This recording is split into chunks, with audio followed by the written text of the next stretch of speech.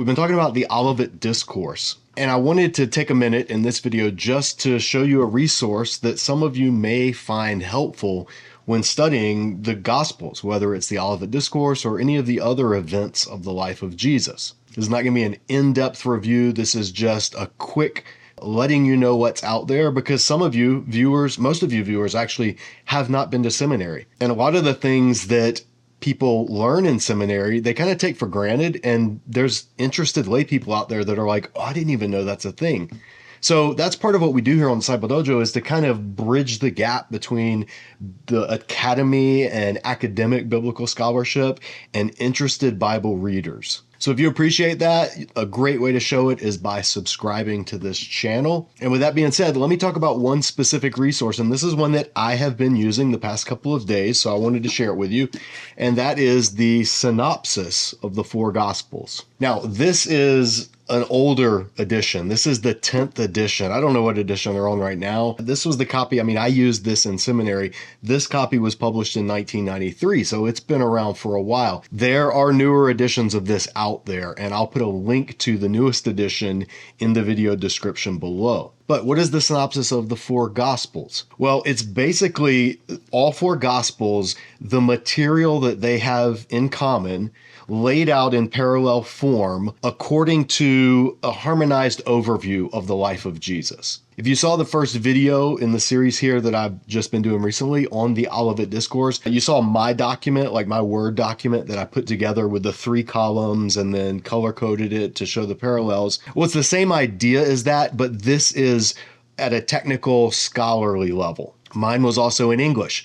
This is both in Greek and in English. So I'll show you what it looks like in just a minute, but let me talk about what text they're using. Kurt Aland is one of the people who put together the Nestle Aland, thus the name, Novum Testamentum Graece, the Greek New Testament, the Nestle Aland edition. This is currently, actually, this also is my copy from seminary. So this is about 20 years old. This is the 27th edition. The newest one, I believe, is the NA 28. But whenever you see like somebody talk about the Greek New Testament and they say NA 27, NA 28, NA 26, which is what this is using, that's what they're talking about, the Nestle Aland Greek New Testament. And it's very similar to the UBS, United Bible Society's 4th, and I think now they're on the 5th. They might even be on the 6th edition.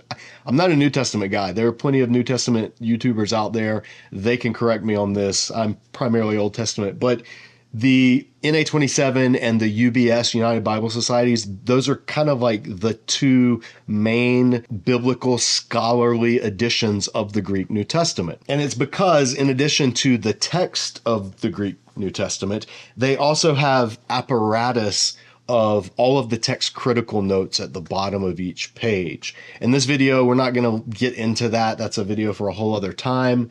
We introduce it very briefly in Bible for the Rest of Us here on the channel, that course.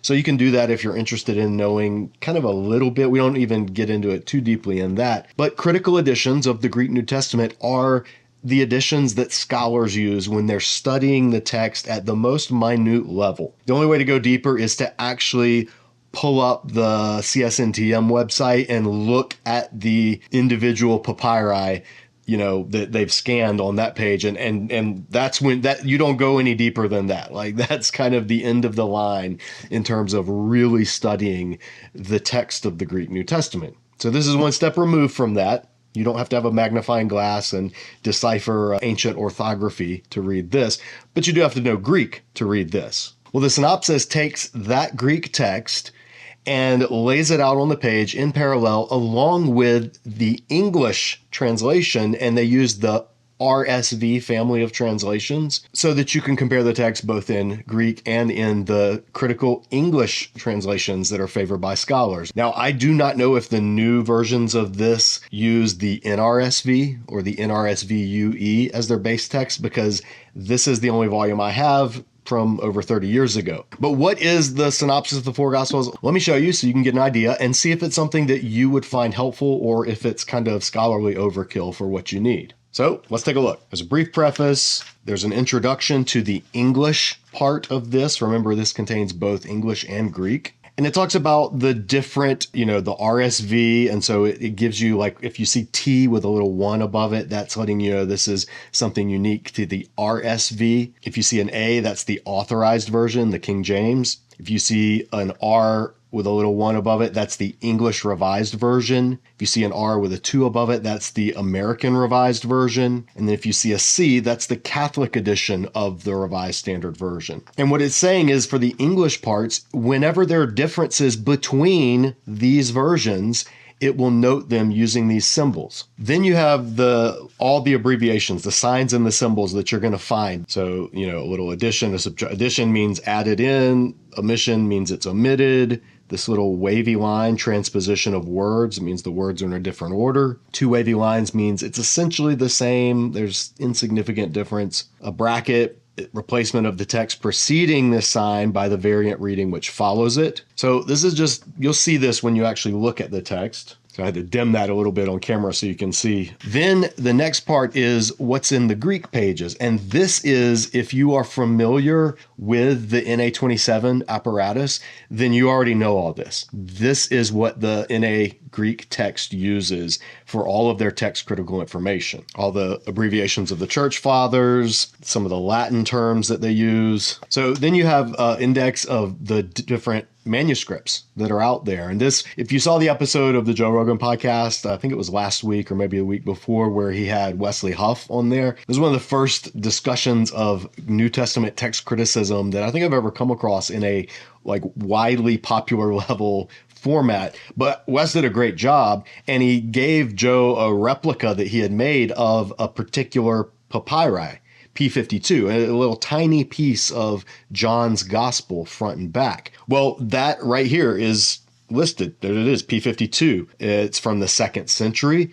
It's found currently in the John Rylands Library in Manchester, and it tells you what it contains. John 8, 31 through 33, and 37 and 38. So this is all information that's in the back of every edition of the Nestle Aland New Testament out there. This also kind of shoots down a lot of the nonsense conspiracy theories about, the Vatican changing the text of the Gospels, or, some Muslim apologists will talk about the Gospels having become corrupted, been changed.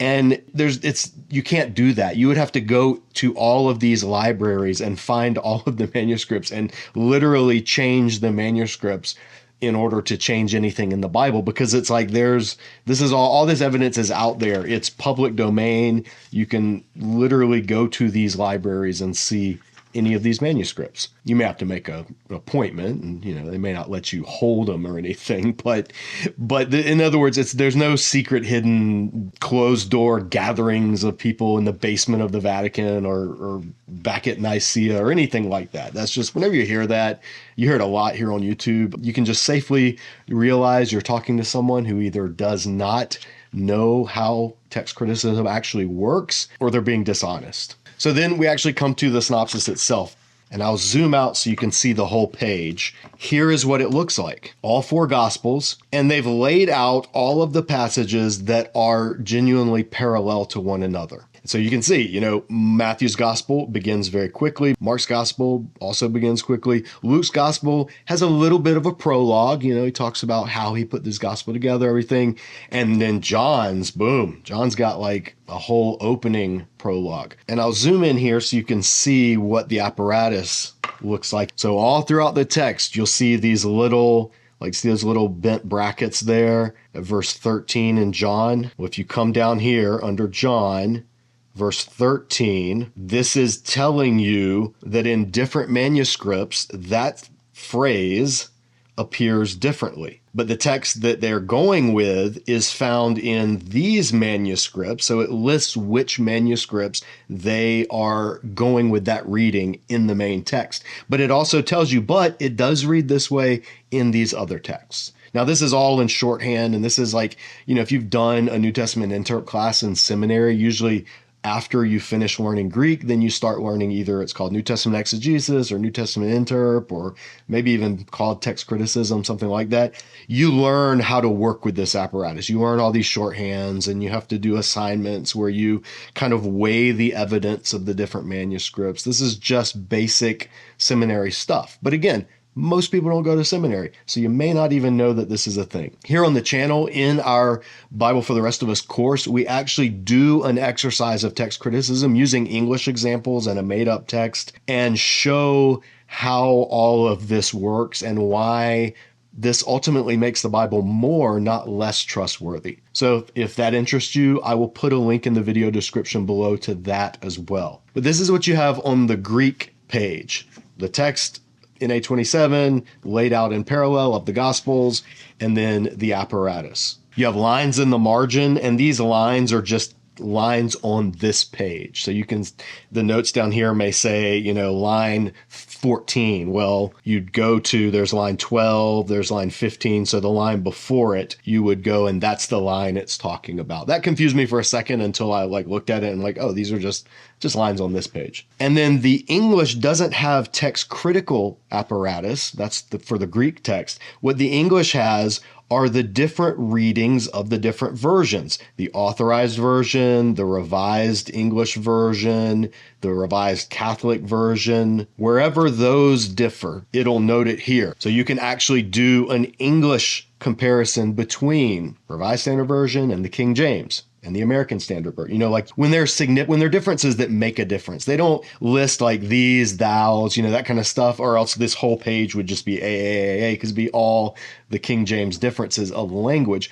But they'll go with when a word is translated differently, or when something's phrased differently between the different revised versions, they'll note that here. So hopefully this gives you a good idea of how it's laid out. When a gospel doesn't have a parallel, there's nothing there. So for instance, the whole opening of Luke, when it gives kind of the backstory of Elizabeth and Zechariah, John the Baptist's birth, all that, well, that's not found in any of the other gospels. So you only have Luke on those pages. Mary's visit to Elizabeth, this is all unique material to Luke. But then when you come to the genealogy of Jesus, well, Matthew has a genealogy of Jesus as well. And so they put those in parallel. Now, Mark and John don't have a genealogy of Jesus, so they're not listed. So you could use this to study the differences between the genealogies in Matthew and in Luke. If genealogies interest you, by the way, we've had Nancy Dawson on the show to talk about her book, All the Genealogies in the Bible. She is a scientist who spent 20 years studying biblical genealogies and has written the definitive work on the subject, at least in my opinion. I'll link that video below as well. So this just gives you a good, at a glance, you don't have to pull up all of this you could do in Logos or Accordance or maybe Step Bible, something like that. But this is just printed on the page, and you're getting the scholarly technical information as well. So I have been studying the Olivet Discourse here, and that's what we've been teaching through on the channel. And I have been using this. One of the things that I've been doing that's been helpful is actually writing out the Olivet Discourse by hand. So I wrote out Matthew's version, noting Old Testament passage that Matthew's alluding to, and keeping Greek words in place because they're important and I want to remember them. And then I wrote out Mark's, and I actually just finished Mark's tonight. I need to write out Luke. Luke's version will be next.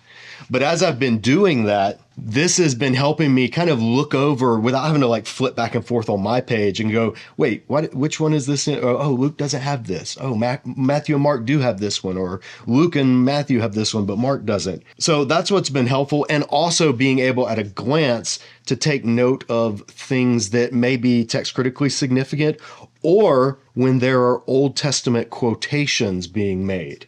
And that's really helpful. So it does it in both Greek and English. When it talks about the abomination of desolation, the delugda tes eremoseos in Greek, it will give a note down here and it'll say Daniel 9:27, Daniel 11:31, Daniel 12:11. See also 2 Thessalonians 2:3 and 4. And then over on the English side, it doesn't give the 2 Thessalonians part, but it does have just Daniel 9:27, 11:31, 12:11 for each of the books where that's what's being quoted. Or these passages where the Old Testament is actually literally being quoted about the sun being darkened, the moon not giving its light, stars falling from the heavens. The Greek side will say, see Zechariah 12, 10, Daniel 7:13, Zechariah 2:10, Deuteronomy 34. The English side gives some more in addition that may be more allusions rather than direct quotes. So it'll say Ezekiel 32:7, Isaiah 13:10, Joel 2:10 through 11, Zephaniah 1:15. It also gives other New Testament passages that may be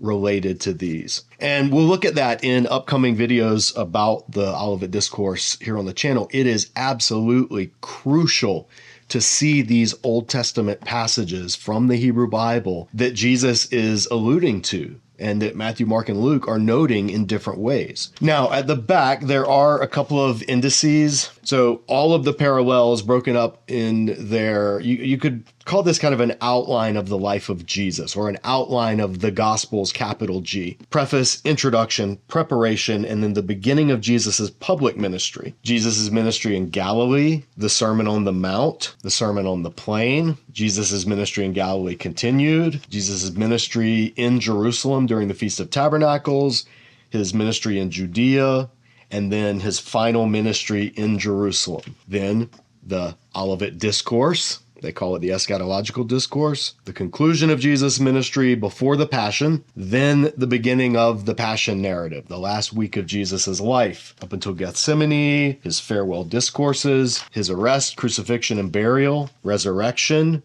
and then the epilogue. Then after that, there's another index of all of the New Testament passages that are noted in all of the citations. Anytime one of these notes references a New Testament passage, you're going to find it in here. They don't have one for Old Testament passage, at least in this edition. It'd be nice if they had updated, but maybe they have. I don't know. Like I said, this is the edition I used when I was in seminary. And that's it. Now, if you want to go a little deeper, like you want to nerd out, obviously I would recommend getting the newest version of the NA. I think it's the NA 28th. I think that's the newest edition. It's worth having. They have these with Greek only. They also have versions, I know they make them, that has the Greek on one page and then English on the other. I don't know which translation they use. I feel like I thumbed through one at SBL last time or the time before. But there are different editions you can get. I think they even have reader editions of the NA 28. So without question, this should be in your library if you're a New Testament scholar or interested in becoming a New Testament scholar. Also, Kurt and Barbara Alland, or Alland. I just always said Kurt and Barbara Alland. I don't know if that's right. Maybe that's just my Southern pronunciation. But their book, The Text of the New Testament, this is also a classic work in the field of New Testament studies. They go into manuscripts, codices, papyri fragments, different types of orthography, writing, how you're able to date stuff. Like if you watch that Joe Rogan episode with Wes Huff and you're like, oh, this stuff's really interesting, then this would be a great next stop on your learning journey. But it is technical. This, again, both of these are technical. This is also fairly technical, but this does have English, and anybody who's an interested lay reader could use this. You don't have to know Greek to get benefit from the synopsis. You do have to know Greek to get benefit, obviously, of the Greek New Testament. You don't have to know Greek, but this is not easy, relaxing reading. This is biblical scholarship. So hopefully that's helpful. I don't know if it is or not. It might be helpful to 4 of you out there. I don't know. But this resource, the synopsis, has been helpful to me as I have been kind of sitting in the Olivet Discourse for the past couple of weeks. There are tons of resources out there digitally, but I just wanted to show a couple of print resources for some of you old heads out there that don't have time for this newfangled technology. That's all for now. If this was helpful, let me know in the comments below. If you have other resources you would recommend for New Testament, specifically gospel scholarship, leave those in the comments below. Don't leave links. I think YouTube zaps comments that leave links. I shouldn't say never. I almost never delete any comments that are, obviously spam or even sneaky spam. I catch those and delete them sometimes. But if you leave a comment and it gets deleted, just make sure you haven't put a link in it because YouTube will usually flag that and get rid of it before I even see it. But if you do have resources, just give the title so that folks who are reading through and interested will have some other resources that they can look into. That'll do it for now. Thanks for watching. As always, stay tuned. We'll see you back here next time in the dojo. In the meantime, keep training.